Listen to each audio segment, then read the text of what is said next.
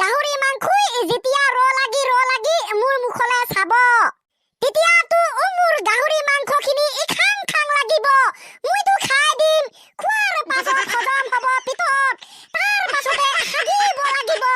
গতিকে মই মাটিতে হাগি দিম ওই জকৰ কি হল চকৰ বোলে ভাত খালে যে পেট ভৰে গম পাও না কথাটো আবি পাছফালৰ পৰা নিমা টিভি আগুলিয়া মই গম পাং দে ভাত খালে পেট ভৰিলে হাগিব লাগে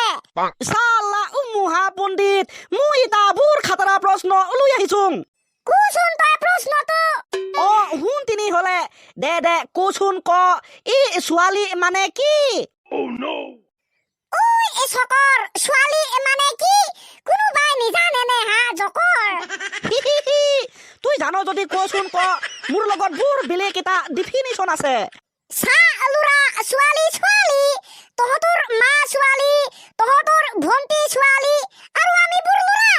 যিবোৰ লুৰা নহয় সেইবোৰ ছোৱালী যেনে তহঁতৰ মা কথাটোতো নোহোৱা নহয় কিন্তু মোৰ লগত এটা যে বেলেগ ধৰণৰ ডিফিনিশ্যন আছে আমি কৈ থাকিলে কেনেকে হ'ব ডিফিনিশ্যনটো ক চা ভালকে মন কৰিবি 150খনমান দোকান ঘূৰি 50খনমান কাপোৰ চাই 20খনমান পচন্দ কৰি 10খনৰ দৰ দাম কৰি একো নিকিনা মানুহবিধকে ছোৱালী বোলা হয়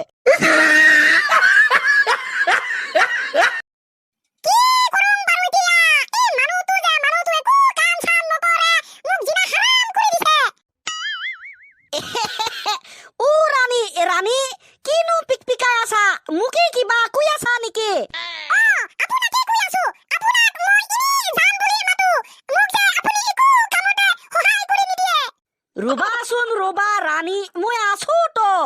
আচ্ছা মোক এটা কথা কওকচোন আপুনি মোক এটা কথা কওক আপুনি যে মোক ৰাণী বুলি মাতে কিয় মাতেনো তোমাক মই ৰাণী বুলি মাতো ইমান মৰমত আচলতে কি জানা ৰাণী আচলতে চাকৰাণীটো বহুত দীঘল শব্দ হয় সেইকাৰণে মই ছুটিকে ৰাণী বুলি মাতো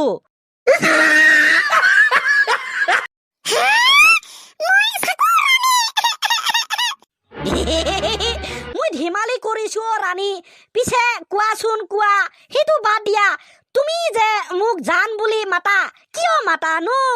চালা আপুনি মোক